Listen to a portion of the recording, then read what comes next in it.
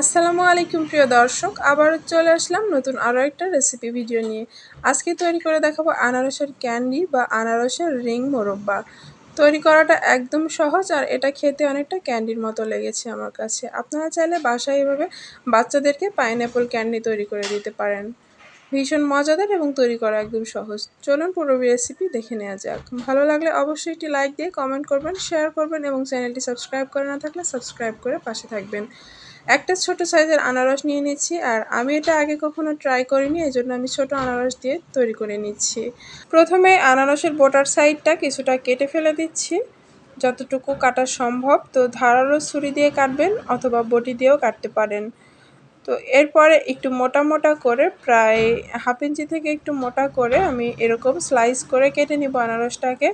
তো সাবধানে কাটতে হবে যাতে সব পাশে সমান হয়। আর এখানে আমার স্লাইস হয়েছে 5টা।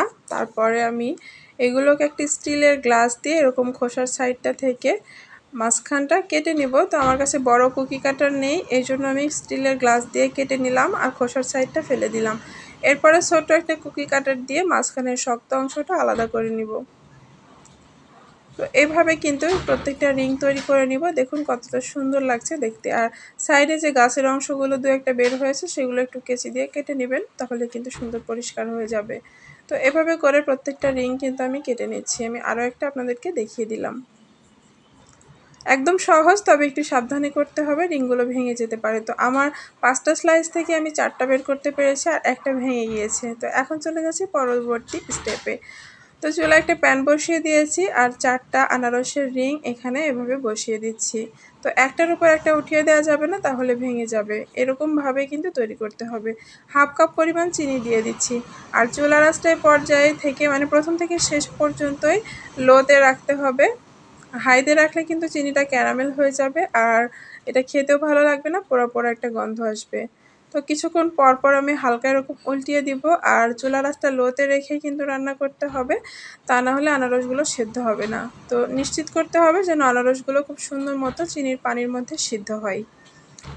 সিদ্ধ হয়ে গেলে এইভাবেই আমি রান্না করতে থাকবো। আর এখানে একটা এলাচ দিয়ে দিচ্ছি, মুখ ফাটানো সাদা এলাচ বা সবুজ এলাচ, এতে করে সুন্দর একটা ঘ্রাণ আসবে। তো একটু নাড়িয়ে চাড়িয়ে দিচ্ছি আর মাঝে মধ্যে একটু উল্টে পাল্টে দিব, দিয়ে পুরোপুরি সেদ্ধ হয়ে আসা পর্যন্ত রান্না করতে থাকবো। তো এরকম জাল করতে করতে একটা পর্যায়ে দেখবেন চিনিগুলো শুকিয়ে আসছে, তখন চিনিগুলো আমি একটু সাইড থেকে আনারসের গায়ে উঠিয়ে উঠিয়ে দিব। এতে করে কিন্তু মোরব্বাটা ভালো হবে আর আনারসের ভেতরে চিনিটা ঢুকতে পারবে। তো দেখুন এ পর্যায়ে অনেকটা কমে এসেছে, চিনির পানি প্রায় শুকিয়ে এসেছে। আর এটা ঠান্ডা হয়ে গেলে কিন্তু শক্ত হয়ে যাবে, তাই আমি আর কিছুক্ষণ একটু উল্টিয়ে পাল্টিয়ে কিন্তু এটাকে নামিয়ে নিব। আর দেখুন চিনির কালারটাও কিন্তু গাঢ় হয়ে এসেছে, প্রায় ক্যারামেলের মতো। তো এ পর্যায়ে কিন্তু আমি একটা একটা করে উঠিয়ে নিব।